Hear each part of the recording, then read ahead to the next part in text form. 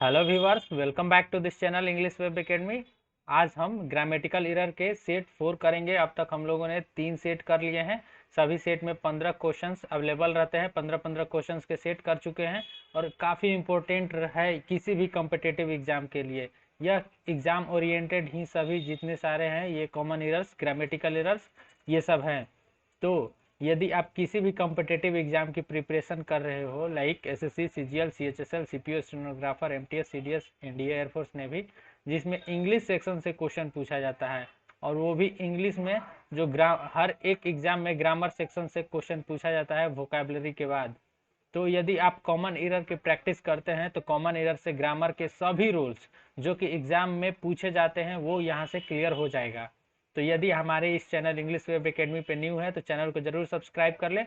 और इससे पहले आपने यदि 3 वीडियो नहीं देखा है प्रैक्टिस सेट का कॉमन एरर, तो उसे आप जाके प्लेलिस्ट में पहले जाके प्रैक्टिस सेट में तीनों ग्रामर के ये कॉमन एरर्स और ग्रामेटिकल एरर के सीरीज को जाके देख लें। उसके बाद इस वीडियो को देखें या फिर इसे भी देख सकते हैं। तो यहाँ से हम शुरू करते हैं। अब तक हम लोगों ने 3 सेट कंप्लीट किया है, यानी कि 45 क्वेश्चन, 15-15 क्वेश्चन से। अब है 46 नंबर क्वेश्चन, देखते हैं। 46 नंबर क्वेश्चन कर रहा है, the gentleman together with his wife and daughter were drowned, no error. इसमें हमें बताना है कि सेंटेंस के पार्ट में एरर है या सेट नंबर 4 है। तो देखते हैं, the gentleman together with his wife, यहाँ जो बात किया जा रहा है द जेंटलमैन, यह एक सब्जेक्ट हो गया, सब्जेक्ट 1।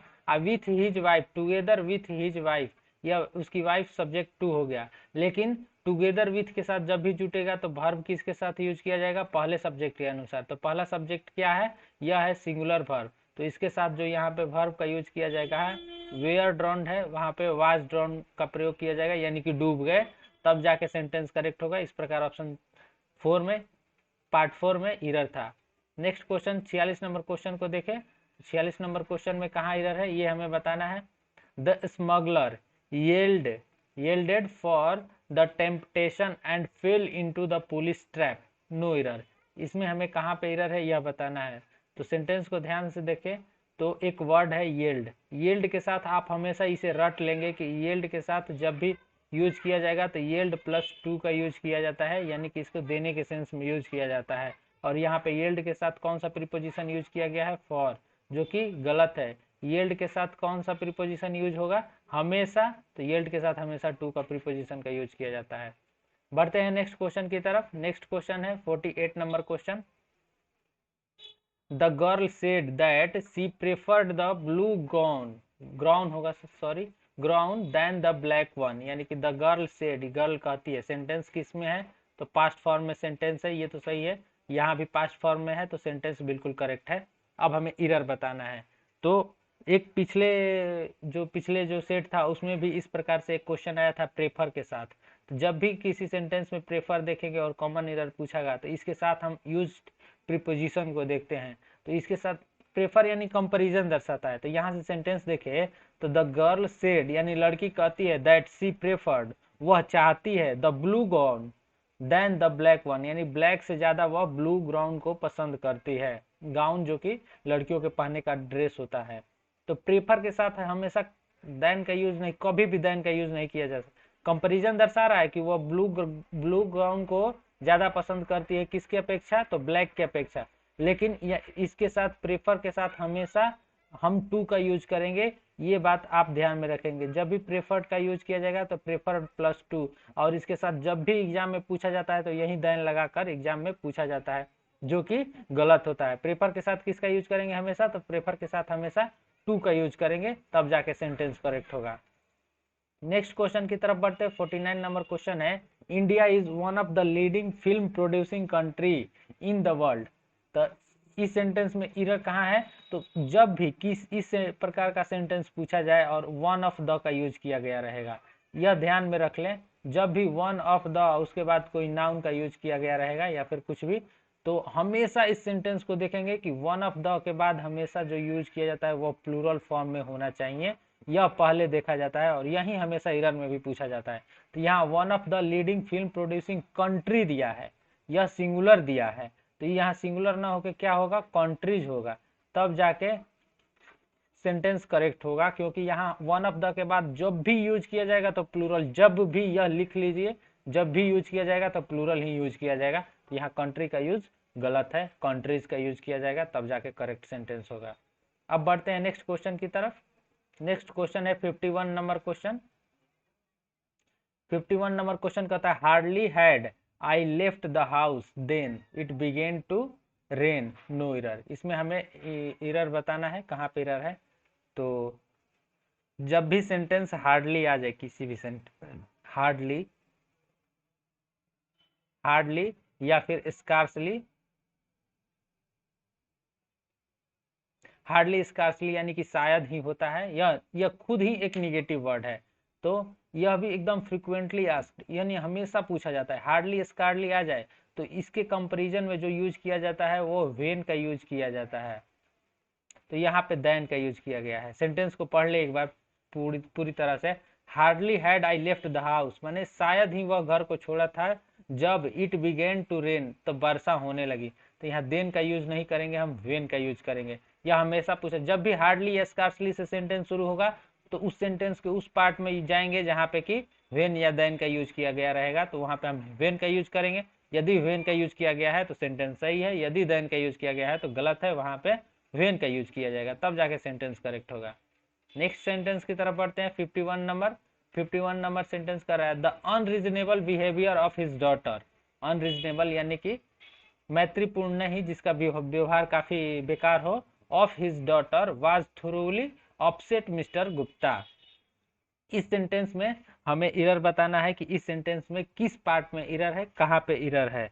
यह भी एक इम्पोर्टेंट क्वेश्चन है। यह एक बार एसएससी के एग्जाम में ऐसा ही क्वेश्चन पूछा गया था, जिससे कि आंसर बताना था कि उसमें क्या एरर होगा। तो यहाँ पे हम देखें तो इस प्रकार के सेंटेंस को हमेशा आपको उलझन में डालने के लिए दिया जाता है। सेंटेंस को सिंपल सा सेंटेंस है, the unreasonable behaviour of his daughter थ्रूली upset mister Gupta. तो यह सेंटेंस किस फॉर्म में है, तो यह सेंटेंस है एक्टिव फॉर्म में। और एक्टिव फॉर्म में आप जानते हैं वाज का यूज कर सकते हैं जब यहाँ पे V1 हो, तो बिल्कुल नहीं। जब तक यहाँ पे भी वाज का यूज करेंगे, is am are was plus उसके बाद V3 का यूज किया जाता है, किस में, पैसिव वॉइस में। और यह तो सेंटेंस नॉर्मल सा एक्टिव में है, तो यहाँ पे वाज का यूज गलत है। अब बढ़ते हैं नेक्स्ट क्वेश्चन की तरफ। Next question 6 number question, sorry 52 number question. 52 number question है the father as well as the son were mysteriously missing through the house no error. इसमें हमें एरर बताना है, कहाँ पे एरर है। तो इससे जब भी कॉमन एरर पूछा जाए तो हमेशा उस वर्ड को नोटिस किया जाता है जिससे कि एरर मोस्टली निकाला जाता है। इस प्रकार के सेंटेंस में एज वेल एज को ध्यान से देखें तो, और एज वेल एज के नियम को याद करें। As well as, as well as के साथ किस प्रकार के वर्ब का यूज किया जाता है। जब भी एज वेल एज का यूज किया जाए, इसके साथ फर्स्ट जो सब्जेक्ट होता है, फर्स्ट सब्जेक्ट, उसके अनुसार ही वर्ब का यूज किया जाता है। वर्ब का फॉर्म जो भी यूज किया जाएगा, first subject. As well as first subject तब वर्ब का फॉर्म। एज वेल एज के साथ सब्जेक्ट, फर्स्ट सब्जेक्ट जिस प्रकार का हो, सिंगुलर सब्जेक्ट तो सिंगुलर वर्ब, प्लूरल सब्जेक्ट तो प्लूरल वर्ब। तो फर्स्ट सब्जेक्ट क्या है, फर्स्ट सब्जेक्ट है द फादर, यहाँ पे यह है फर्स्ट सब्जेक्ट। और सेकंड सब्जेक्ट है द सन्स, द सन्स यह सेकंड सब्जेक्ट है। एज वेल एज के पहले सब्जेक्ट लगा है, तो इसके लिए द फादर के अनुसार यहाँ पे वाज का यूज होगा, तब न जाके सही होगा, करेक्ट होगा। क्योंकि वेयर तो प्लूरल है, द सन्स के साथ हमें यूज नहीं करना है यहाँ पे। यहाँ पे जब भी यूज किया जाएगा तो फर्स्ट सब्जेक्ट के अनुसार एज वेल एज के साथ, इसे याद कर ले। जब भी एज वेल एज हो तो इसके साथ हमेशा फर्स्ट सब्जेक्ट के अनुसार ही वर्ब का यूज किया जाता है। नेक्स्ट सेंटेंस 53 नंबर क्वेश्चन देखें। Sunil is a best student, Sunil is a best student in our class at present, यानी कि अभी की स्थिति में सुनील हम लोग के क्लास का सबसे बेस्ट यानी कि बेहतरीन स्टूडेंट है। तो यहाँ पे कंपैरेटिव डिग्री को देखें, और आप एक नियम जानते हैं कंपैरेटिव डिग्री का, सॉरी सुपरलेटिव डिग्री का। सुपरलेटिव डिग्री का सबसे इजी और सबसे फर्स्ट ही नियम है कि किसी भी सुपरलेटिव वर्ड, या एस से सुपरलेटिव, डब्ल्यू सुपरलेटिव वर्ड के पहले हम द का यूज करते हैं। यहाँ पे बेस्ट क्या है, सुपरलेटिव है, डिग्री दिखा रहा है सुपरलेटिव। जैसे कि सुपरलेटिव जैसे गुड का होता है गुड, बेटर, और उसके बाद सुपरलेटिव डिग्री होता है बेस्ट। तो यह सुपरलेटिव डिग्री हुआ, तो इसके पहले हम हमेशा द का यूज करेंगे और यहाँ पे ए का यूज किया गया है, तो ए की जगह पे द का यूज करेंगे तब जाके सेंटेंस करेक्ट होगा। इस प्रकार से इसके पार्ट बी में एरर था। बढ़ते हैं नेक्स्ट क्वेश्चन की तरफ। 54 नंबर क्वेश्चन। 54 नंबर क्वेश्चन में हमें एरर बताना है। It is in 1929 that was first flu the United state, यानी कि यह पहला समय था, होना चाहिए 1929 में, दैट जब भी फर्स्ट फ्लू, यह क्या है, यह पास्ट फॉर्म है फ्लाई का, और यहाँ पे यूज इज का यूज किया गया है, यानी कि 1929 में यह बीता हुआ समय है ना, तो इसके साथ हमेशा पास्ट का नहीं यूज करेंगे, बीते हुए समय के साथ पास्ट का यूज करेंगे, तो इज का यूज ना करके हम वाज का यूज करेंगे तब जाके सेंटेंस करेक्ट होगा।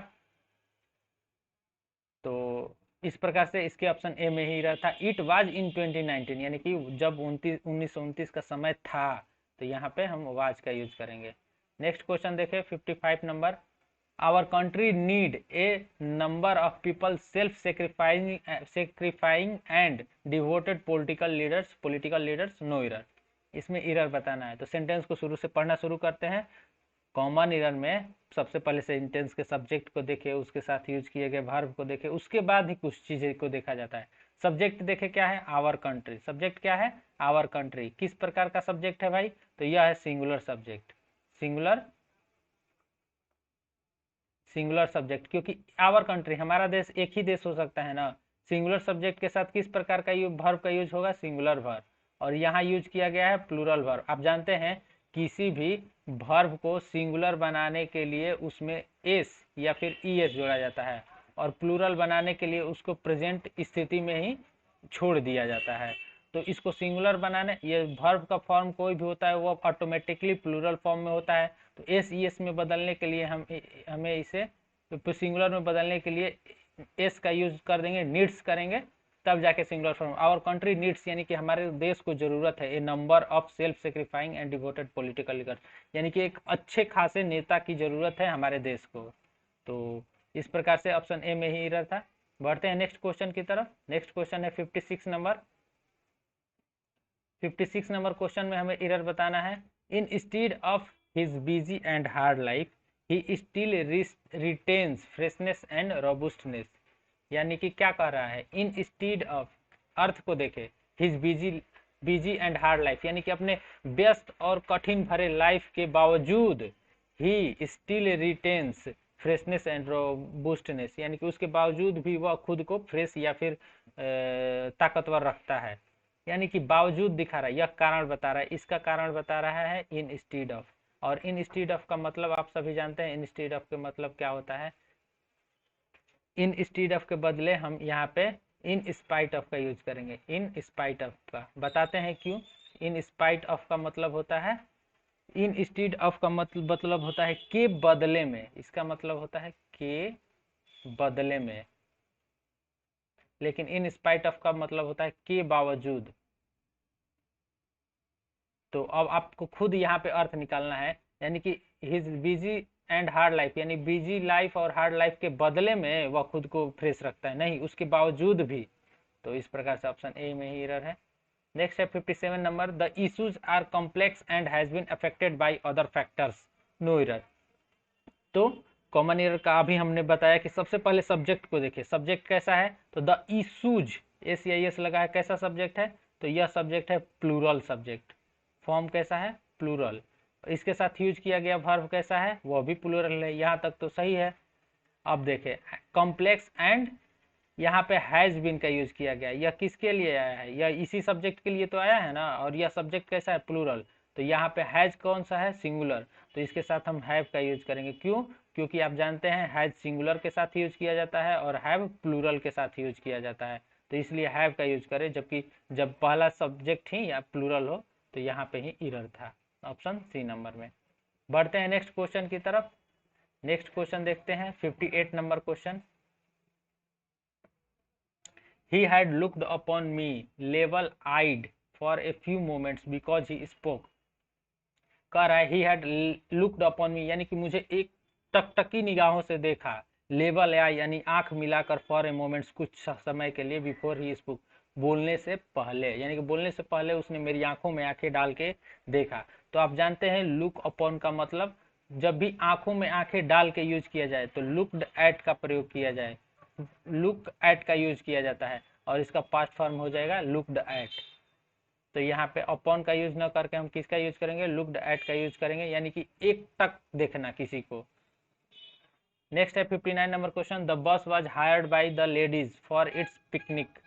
द बस वाज हायर्ड, यह तो पैसिव फॉर्म में है, बिल्कुल सही है। द बस, उसके बाद वाज का यूज किया गया है, तो यहाँ पे V3 का यूज किया गया, पैसिव फॉर्म में है। The bus was hired by the ladies, यानी कि औरतों के द्वारा बस को हायर किया गया, क्यों, फॉर ए पिकनिक। हमेशा यह पूछा जाता है फॉर ए पिकनिक होगा, न कि फॉर इट्स पिकनिक। ये ध्यान में रखेंगे, कभी भी पूछा जाए इस प्रकार का सेंटेंस तो फॉर ए पिकनिक का यूज करेंगे। ऑप्शन डी में एरर था। नेक्स्ट और आज का लास्ट क्वेश्चन देखते हैं जो कि काफी इंपॉर्टेंट है, और ये जितने अब तक हम लोगों ने 14 क्वेश्चन कंप्लीट किया, ये एग्जाम ओरिएंटेड क्वेश्चन है, किसी भी एग्जाम के लिए काफी इंपॉर्टेंट है। तो 60 नंबर क्वेश्चन देखिए, it was 7 o'clock in the evening when the train steamed into the station. इस सेंटेंस में हमें बताना है कि कहाँ पे एरर है, और इसके सेंटेंस के 4 पार्ट दिए गए हैं, चारों पार्ट में से कहीं ना कहीं एरर होगा या फिर नो एरर होगा। सेंटेंस को पढ़े ध्यान से, इट वाज 7 o'clock यानी कि 7 बज रहा था, सही है। इन द इवनिंग, शाम में। व्हेन, कब, जब। The train steamed into the station, यानी कि स्टेशन के अंदर प्रवेश की, तब कितना बज रहा था, 7। इस सेंटेंस में तो कहीं गलती ही नहीं दिख रहा है, तो इसलिए ऑप्शन डी इसका नो एरर गलत होगा। यहाँ पे ऑप्शन डी इसका नो एरर होगा, तो अब जाके करेक्ट आंसर होगा। तो इस प्रकार से हम लोगों ने अब तक जितने सारे क्वेश्चन देखे वो काफ़ी इंपॉर्टेंट है, किसके लिए, एग्जाम के पॉइंट ऑफ व्यू से इंपॉर्टेंट क्वेश्चन है, इसे आप देख लेंगे।